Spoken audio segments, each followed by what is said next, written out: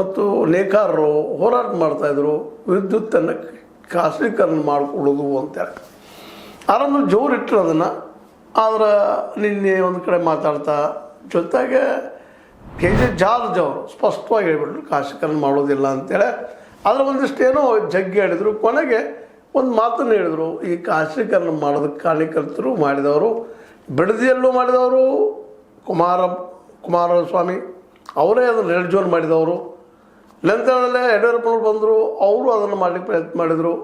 ಇವರಿಂದ ಆಗಿದ್ದು ನಮ್ಮಿಂದಲ್ಲ ಅನ್ನುವಂಥದ್ದು. ಜೊತೆಗೆ ಈ ವಿದ್ಯುತ್ ಖಾಸಗೀಕರಣ 2003 ಯಡಿಯೂರಪ್ಪನ ಸರ್ಕಾರ ಮಾಡಿದ್ದು ನಮ್ಮದಲ್ಲ, ಅದನ್ನ ಈಗ ತರಲಿಕ್ಕೆ ಹಚ್ಚಿದ್ದು ನಾವು ಅವ್ರು ಮಾಡಿದ್ದೇನೆ ಅಂತೇಳಿ ಹೇಳೋ ಮೂಲಕ ನಮ್ಮ ತಪ್ಪಲ್ಲ ಇನ್ನೊಬ್ಬರದು. ಅದು ನಾವು ಜನರ ಬೇಡಿಕೆಗೆ ಮನ್ನಣೆಯನ್ನು ಕೊಡ್ತೀವಿ. KJ ಅವರು ಹೇಳಿದರೆ ಈಗಾಗಲೇ, ನೀವು ಅದು ಹಿಂದಿನ ಎಪಿಸೋಡಲ್ಲಿ ಹೇಳಿದ್ದೀನಿ ಆ ಮಾತನ್ನು.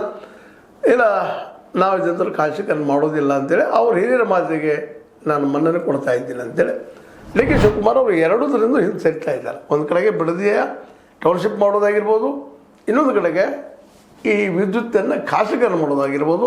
ಎರಡೂ ವಿಚಾರಗಳಿಂದ ನಮ್ಮ DKಶಿ ಸರ್ಕಾರ ಹಿಂದೆ ಸರಿತಾ ಇದೆ ಅನ್ನುವಂಥ ಸೂಚನೆಗಳು ಬರ್ತಾ ಇದ್ದಾವೆ. ಈ ಸಂದರ್ಭದಲ್ಲಿ ಕೆಲವೊಂದು ಮೇನ್ ಮೀಡಿಯಾ ಅಂತ ಬರ್ತಾರೆ. ಅವ್ರು ಇದ್ದಂಥವ್ರು ಕೆಲವೊಬ್ಬರು BJP ಪರ ಹೇಳ್ತಾರೆ, ಇನ್ನು ಕೆಲವೊಬ್ಬರು ಕಾಂಗ್ರೆಸ್ ಪರ ಹೇಳ್ತಾರೆ. ವಿಶೇಷವಾಗಿ ಗೋಧಿ ಮೀಡಿಯಾ ಅಂತೂ BJP ಪರ ಇರ್ತದೆ.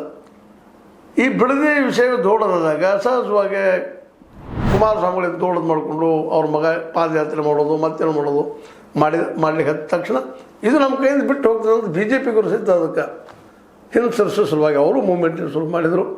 ಇವೆಲ್ಲ ಡೆವಲಪ್ಮೆಂಟ್ ಆದ ತಕ್ಷಣ ಒಂದಿಷ್ಟು ನಮ್ಮಂಥ ಈ ಒಂದು ಏನಪ್ಪ ಅಂತಂದ್ರೆ ಯೂಟ್ಯೂಬರ್ಸ್ ಈ ವಿಷಯವನ್ನು ಪ್ರತಿಪಾದನೆ ಮಾಡಿ ತಪ್ಪದ ಇದು DK ಶಿವಕುಮಾರ್ ಅವರು ತಪ್ಪು ಹೇಳ್ತಾ ಇದ್ದಾರೆ ಅನ್ನುವಂಥದ್ದನ್ನು ಮನವರಿಕೆ ಮಾಡೋ ಪ್ರಯತ್ನ ಮಾಡಿದರು.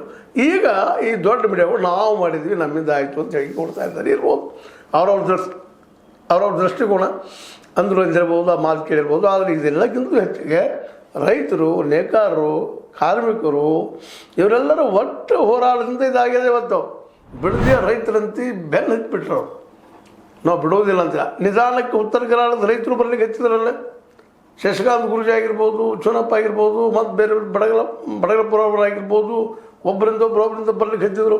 ಇದು